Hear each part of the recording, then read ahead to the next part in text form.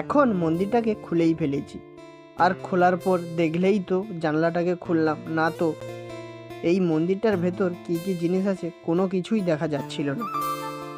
এখন এই মন্দিরটার ঘটি, গ্লাস আর পুজোর থালিগুলো নিয়ে নিলাম বালতিটার মধ্যে। এখন আমাদের ছোট মন্দিরটায় সব কিছু তো নেওয়া হয়ে গেছে, এখন চলো আমাদের বড় মন্দিরটায়। চলে এলাম এখন মন্দিরটার মধ্যে।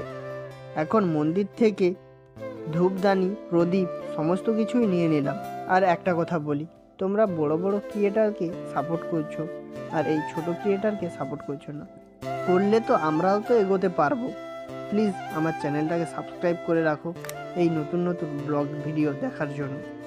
আর দেখলাম যে আমাদের যে নারায়ণ ঠাকুরটা আছে তার হাত থেকে চক্রটা পড়ে গেছে, তাই সেই চক্রটা নিয়ে তার হাতে আবার তুলে দিলাম। তারপর সমস্ত কিছু নিয়ে এখন যাচ্ছি আমাদের পুকুর পাড়ে, এগুলোকে ধুয়ে আনতে হবে তার জন্য।